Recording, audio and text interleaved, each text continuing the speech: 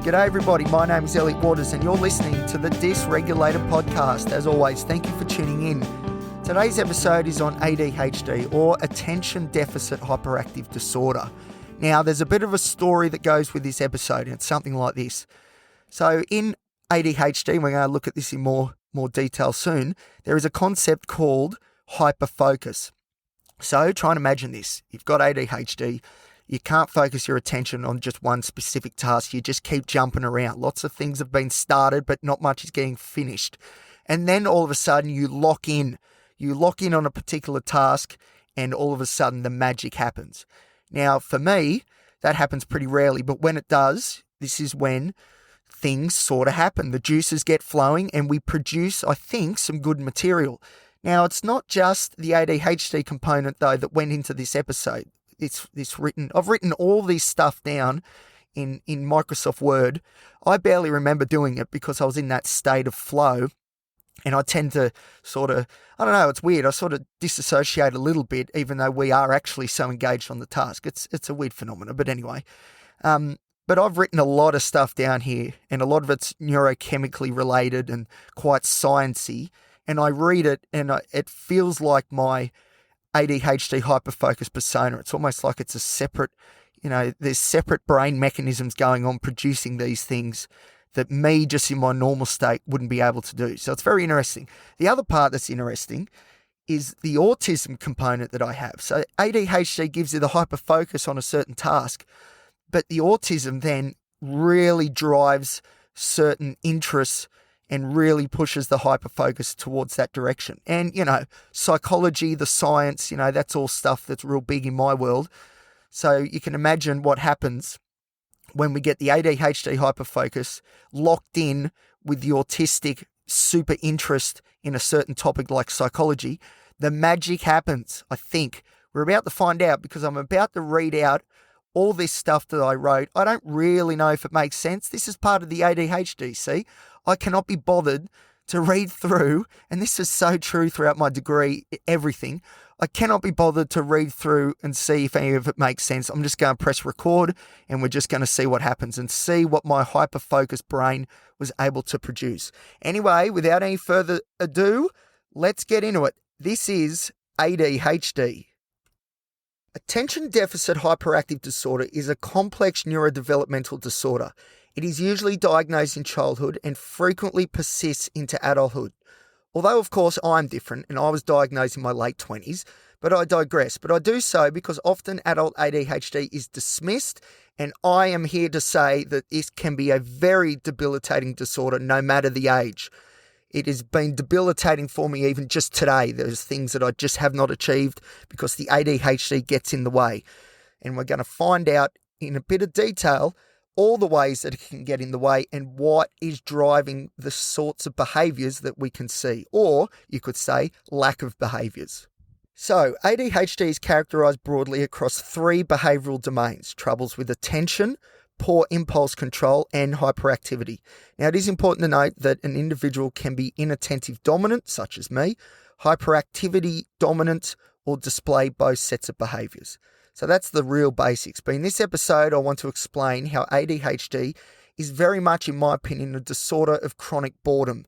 Now, yes, we all get bored from time to time, irrespective of whether we have an ADHD diagnosis or we don't. But the ways in which somebody with ADHD experiences boredom and the implications of this are different and very difficult to navigate. Now, let me tell you, one of the things I'm most scared of is boredom. And that might sound a little bit weird because, boredom isn't fun, but it isn't the worst thing in the world, right? Wrong-o! Boredom is something people with ADHD just about fear the most. And we fear it because not only is it a more frequent challenge than other people may experience, but also because our bouts of boredom tend to be much more intense. And what may start as just another lackluster moment of the day can very quickly spiral downwards into other negative places. And of course, other mental illnesses can piggyback on ADHD's movements as well. So ADHD can be looked at as a disorder of boredom, but it can also be looked at as a disorder of low dopamine. Yes, that neurotransmitter that keeps popping up, my favourite, dopamine. But for those with ADHD, it doesn't pop up nearly enough. So dopamine is all about the anticipation of a reward. It is the fuel that motivates us to do the things we don't really want to do, but know it's in our best interest if we do so. And as boring as these menial tasks can be, such as cleaning a room, washing the dishes, focusing on an assignment, the completion of these tasks, like I said, is in your best interest. They're not going away because we have to do them. Nobody likes to do the washing, especially not me. But most people, from what I gather, feel a sense of accomplishment and even enjoyment knowing that as boring as the washing is, they got it done, and that means the world is as it needs to be, in perfect balance. A great feeling, I'm sure it must be. But I don't really get that, because for those with ADHD, there is no relief from the boredom of these tasks. There is no real sense of achievement. There isn't that warm, fuzzy feeling urging you forward as you try to clean out your car, or organise your day, or finish an assignment, or even maintaining focus when drafting an episode of the Dysregulated podcast. So many simple tasks feel like such an effort, because it is. Those with ADHD have to somehow find the motivation to keep trudging along despite the crippling low levels of dopamine. And often certain tasks are just not feasible in that particular moment. No dopamine, no forward motion. So we with ADHD are often left behind the pack. Like a car with no fuel, you ain't going nowhere. And dopamine is the high-octane fuel we so desperately need. Dopamine keeps us interested when we know we need to be, but maybe don't feel like it. Chores can be painfully mundane, but a bit of dopamine here and a bit of dopamine there, in the prefrontal cortex, for example, and all of a sudden, voila, our washing is done. Dopamine. It is so important. Now, although that is a very basic rundown of dopamine and its role in ADHD, I do want to make a point here, and that is this idea that people with ADHD are just lazy. It is not true. People with ADHD, as we are seeing in this episode, have distinct, measurable, and quantifiable differences in brain composition and function than those without. As already noted, those with ADHD have low levels of dopamine, but another neurotransmitter, norepinephrine, another of my favourites, is also critically low for those with ADHD. And it's no surprise that dopamine and norepinephrine are intrinsically linked. Norepinephrine, or noradrenaline, is made from dopamine after all, so it would make sense that if one neurotransmitter was low, the other one probably is as well. Now, it is a bit more complicated than just low levels of dopamine and norepinephrine. There are specific regions, brain regions that is, implicated in ADHD where low levels of these neurotransmitters affect different behaviours. All right, it gets a bit technical, a bit sciencey. Try and hold on tight. I'm telling you, this information is so important. So I'm going to list different regions of the brain. I'm going to start with the prefrontal cortex. So that's the big stuff at the front of the brain. And then we're going to go deeper and deeper and deeper into the subcortical brain regions. So we're starting from the outside and we're going to work our way inside. All right. So as I said, the first of these brain regions, as I just get comfortable in my seat because I'm so excited, is the prefrontal cortex. This is where high-level executive function, organisation and attention abilities are housed. Personality too, funnily enough. When low levels of activity between neurons occur in this region of the brain, an individual can experience inattentiveness, problems with organisation, planning, problems with working memory, self-control, and time management. This is going to keep coming up over and over again. The prefrontal cortex also regulates behaviours and plays a role in emotional responses and personality. So diving a bit deeper, we find the right side in particular of the prefrontal cortex is heavily implicated in the mediation of behavioural inhibition. In other words, impulse control. Now, the next brain region, like I said, is deeper and much older evolutionary than the prefrontal cortex. It is called the limbic system. I love the limbic system. And it is all about regulating our emotions and motivation levels. And it just so happens to be my favourite part of the brain. When deficiencies of neurotransmitters are found within this subcortical brain region, you tend to see a lot of restlessness, a further breakdown of attentional abilities, and a lot of emotional volatility. Because emotional dysregulation is a huge part of ADHD and often overlooked or underappreciated as far as its role in ADHD is concerned. but we'll talk a little bit more about that later. Now, the third region of the brain is the basal ganglia. Nowhere near as interesting as the limbic system, but still very important. Neural circuits located here allow the transference, is that how you say that word? Of information from all regions of the brain. Come on, brain, figure it out. Of most significance is the neuronal information highway linking the prefrontal cortex that we mentioned before with the basal ganglia. If this neuronal circuit is slowed or on the blink due to low levels of norepinephrine and/or dopamine, further inattention and impulsivity can occur. So the brain is layered.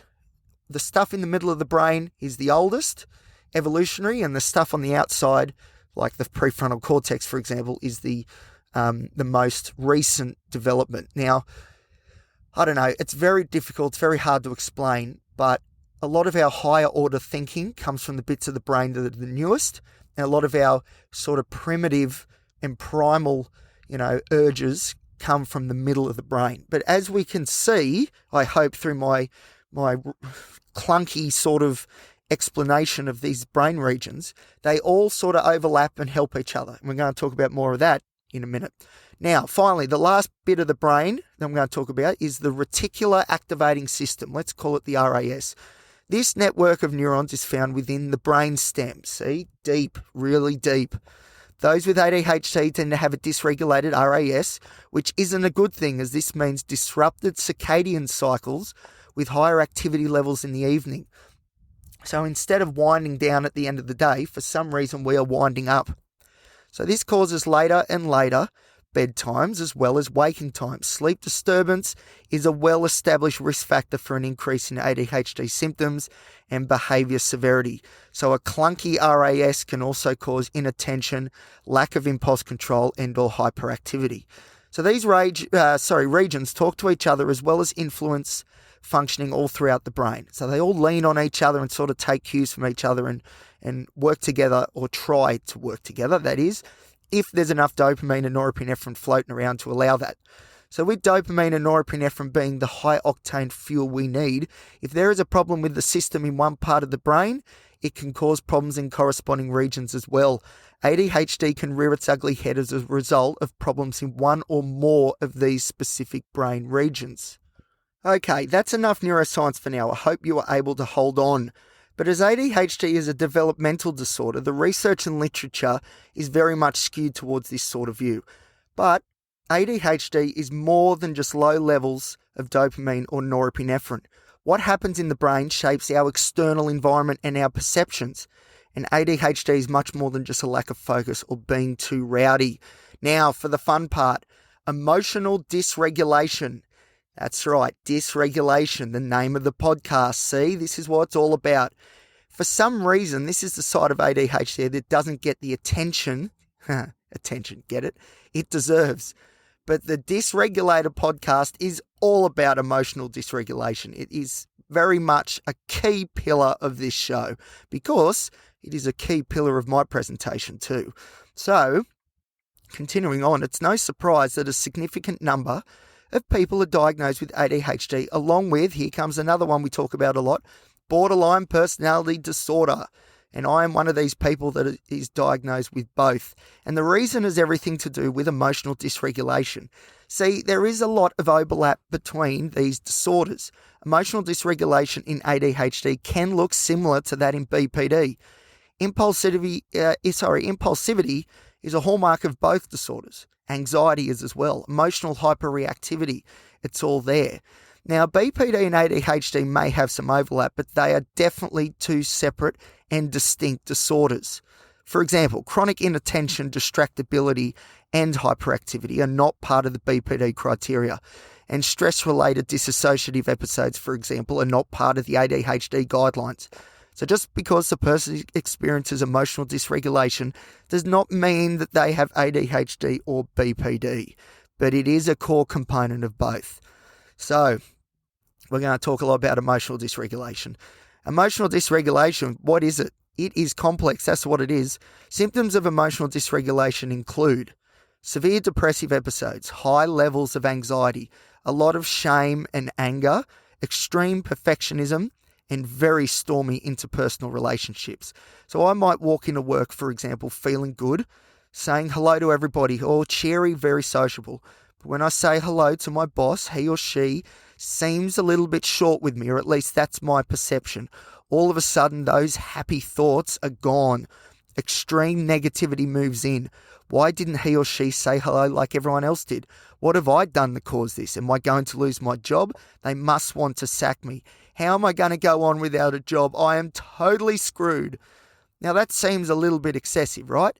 In this example, we don't know whether the boss is happy, angry, too busy, etc. But an individual with strong emotional dysregulation will assume the worst straight away anyway. And it works the other way as well. Little details can trigger not only swift depressive episodes, but pseudomania episodes as well. So really, really positive sort of stuff. Unfortunately for me, I tend to always, well, not always, but mostly swing to the negative. But there is that swing to the extreme positive as well. And these swings, these mood swings are huge and they are fast. People who have ADHD can experience multiple changes in mood per day, often triggered by the smallest of details. See, this is where it gets complicated. ADHD often brings with it hypervigilance. So every little thing is noted in our environment and evaluated, and then runs through the different systems of our brain to try and decipher, is this a positive thing? Is this a negative thing? Should we get our walls up and be careful? So all of this hypervigilance really is powered by anxiety mostly. So it can be very exhausting. The fight or flight or freeze response is on constantly and it just wears you out. And remember I said before, if you don't sleep well or you're feeling tired and fatigued, that can make ADHD symptoms worse. And all of a sudden, there's this feedback loop just going round and round and round and round. Okay, so seeing as though the individual with ADHD has a distorted lens to evaluate their environments, they will often assume the worst. That's right. Our perceptions are distorted, and unfortunately, we expect the worst in these sorts of situations. Emotional dysregulation, the inability to control and regulate one's emotional response. A flood of anxiety and negativity forms in one's psyche, and the individual is unable to do anything about it. Even if logic says there is nothing to worry about, it does not matter. The flood rushes in anyway, and this is such a huge part of my story. Often I've tried to explain to different mental health professionals this flooding phenomena. And I suppose the way I've conceptualized it is this, that there are walls around my psyche which are made of confidence, strong morals and ethics, optimism and hope. These pillars, if you will, serve to protect my mind from this illogical negativity. But when you don't have much hope for the future, or you're lacking confidence, lacking self-esteem, then these walls become very weak indeed. And my goal in therapy at the moment, I'll tell you, is to rebuild these walls. Confidence, strong self-esteem, lived experience, and lots of hard work. That is what it is all about. So ADHD is more than just inattentiveness and hyperactivity. The inability to focus on what needs to be achieved is a huge problem. Out of this manifests anxiety because not being able to do what one should be doing is a worrying proposition. Frustration is common. I should be cleaning my room, but instead I boot my pile of dirty clothes out of anger.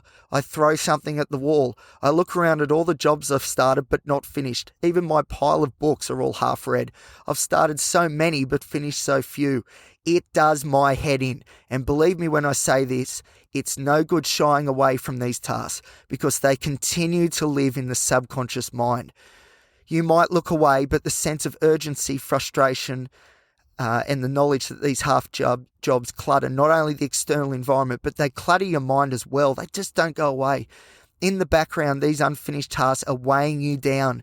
Tidy room, tidy mind, as my father says. But the point I'm trying to make here is that ADHD is very much an emotional regulation disorder. Inability to focus attention, hyperactivity, yes, core pillars of ADHD. But these issues have wide-ranging consequences, and this is where the emotional component comes in. ADHD is an incredibly frustrating disorder. You know what needs to be done, but something in the mind is just blocking you from doing it. Where is this dopamine when you need it? I used to say this to my parents all the time. There is something in my brain, Mum, that is stopping me from tidying my room. And now I know it is a lack of certain neurotransmitters in certain parts of the brain. It also there's also this weight of anxiety that I carry around, which keeps reminding me of all the half-started jobs I've yet to complete. Even doing this podcast episode right now, I'm thinking of how dirty my room is and how I really need to put that washing on. Fair dinkum. Anyway, as I said, we know what's going on and what needs to be done, but the ability, the actual functionality of our behaviours to get these things done, that's where the problems lie. It's not because we're lazy. It's not. We just need some dopamine. And as I said, you carry around this anxiety because you know it's just piling up, all these jobs over and over again. And then because you get in this negative mind state of mind, the mood swings kick in. And then I'm not really sure how I even should be feeling in this moment. It's very, very complex. So how is ADHD treated? Well, first off, medications, stimulants. Medications like methylphenidate, which is Ritalin, dexamphetamine, Vyvanse, the long-acting dexamphetamine. These medications, of which I've tried all of them, of course, increase the levels of norepinephrine in the brain, which in turn increases dopamine. So once the levels of the neurotransmitters reach the threshold needed for normal brain functionality, an individual with ADHD will show improvements in focus, attention, and less hyperactivity. The only problem is that these medications that improve dopamine as well as norepinephrine can be addictive. So great care needs to be taken when prescribed this medication. Something in the past I've struggled with, and if you've listened to the majority of these episodes of this of the Dysregulated podcast, you would know my struggles with the stimulant medications. So there are non-stimulants as well. Strattera is a non-stimulant norepinephrine reuptake inhibitor that has shown efficacy. Usually the stimulants are the first line of medication intervention and the non-stimulants are second. But for some people that have those addictive personalities or other substance abuse problems, you go straight to Strattera. So anyway, Strattera, which I'm finding very difficult to say, works by inhibiting the reuptake of norepinephrine. Like I said, so by slowing this reuptake process down, neurons experience a build-up of norepinephrine. It's like a bottleneck. Remember, more norepinephrine means more dopamine, which means we actually get some work done. Now, with ADHD, therapy is often overlooked, and it shouldn't be, but it is. But let me tell you, without the basic building blocks of adult life, these medications do nothing. In therapy, it is all about building routines, processes, the same actions every day. Make your bed, then eat breakfast, then read before bed, meditate. These are the basics that everything is built on. Without these routines, people with ADHD find themselves lost. For example, previously, before I started to nail down my habits and routines, which is still a work in progress, I would literally find myself sitting on the end of my bed and I would sit there for 20, 30 minutes, sometimes more, because I could not work out if I should be brushing my teeth, if I should be making the bed, if I should be eating breakfast or doing something else. The amount of time I have wasted by sitting on the end of my bed in a state of confusion, it is ridiculous. And the way to get around that is routine. It is the fundamental foundation. Instead of sitting on my bed confused, I know what I should be doing because it's all there in my routines and habits that I do every day. We fall back onto the routine. There is no confusion. Follow the process. Stick to the routine. This is the key to successfully navigating ADHD. Creating and sticking to a routine. I cannot say it with any more passion and conviction. It is all about routine. Now, stimulants are tools that are very helpful in staying on track, getting the motivation to do things, be more measured. But it's the underlying routine that is the most important. And the stimulant medication, not just the stimulant medication, but medications in general are great tools for helping somebody stick to the routine. But you've got to have that routine there first. So someone with ADHD, for example, is stuck wondering which task should be done next. If they have a routine, I know I keep saying it, but it's so important, a solid routine, then the state of flux is done. You just have to follow the plan. So back to the main point, or one of the main points, which is ADHD is, in my opinion, a disorder of boredom. People with ADHD just don't get the same kicks out of completing chores and tasks that need to be done. Where is that warm, fuzzy feeling for taking my clothes off the washing line? And where is the interest I should be having in these tasks anyway? Boring. So what's some easy ways we can hack the system and be able to live up to our potential? Well, one way I find is it to improve the moment. The washing needs to be done, okay? But we can couple it with an activity that promotes dopamine release. For example, listening to music is a great way to improve the moment and get some dopamine flowing. You could make a game out of it. Try and get the task completed before a certain time frame. And by trying to beat the clock, dopamine is released because we are anticipating a victory. You can imagine beating the clock, you're doing it and it's almost subconscious, but it's there and you feel good because you're aiming at something and you feel like that you can achieve it because it's realistic. So these are 2 little tips, for example, that I use for the mundane tasks. In a future episode, I will go into some other ways that we can try and hack the system because it is very important. And those with ADHD, we need to be smart. We need to identify maybe some deficiencies that we have, but then also come up with ways to overcome them. Because that's one thing I think about ADHD is if the work is put in, and we get these routines and processes down pat, you can really nullify its influence on our behaviours and our life. And that's really what we're trying to do, is nullify these areas of ADHD so we can progress forward. But I'm going to go into more detail about that in a future episode because I don't want to weigh this episode down any more than we have. All right, so these are the tasks. These are the building blocks on which we create a life. So as I said, it's very important that we overcome the struggles of ADHD because we need to live up to our potential and we all have great potential. So just to finish, to try and explain it in another sort of basic way.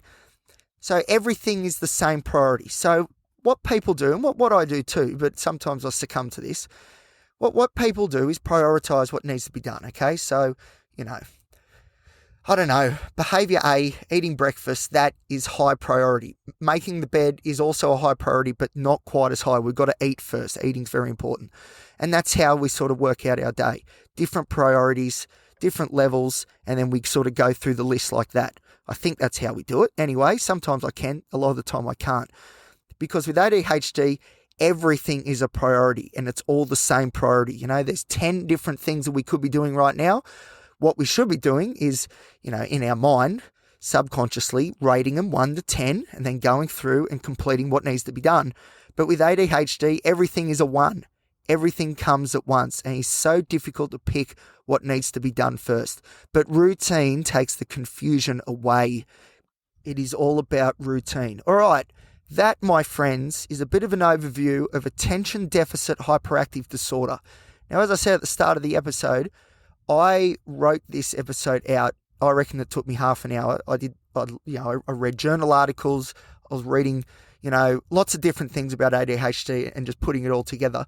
And I reckon half an hour, 45 minutes of just consistent, hyper-focused activity with the autism really driving the ADHD hyper-focus as well. This is what I was able to come up with. Now, I don't know if it's particularly good.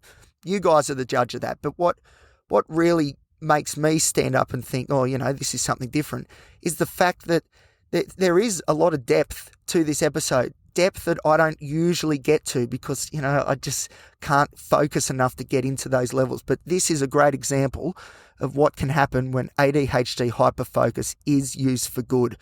All right, well, thank you everybody for listening. I hope that offered some insights into ADHD. Attention deficit hyperactive disorder, there is so many elements to it. This is really just an overview, and in future episodes, we're going to go through each of the sort of components of ADHD in more depth, and we're definitely going to do an episode on how to hack the system. All right, thank you for listening, everybody. I do appreciate it as always, and I'll see you next time here on the Dysregulated podcast.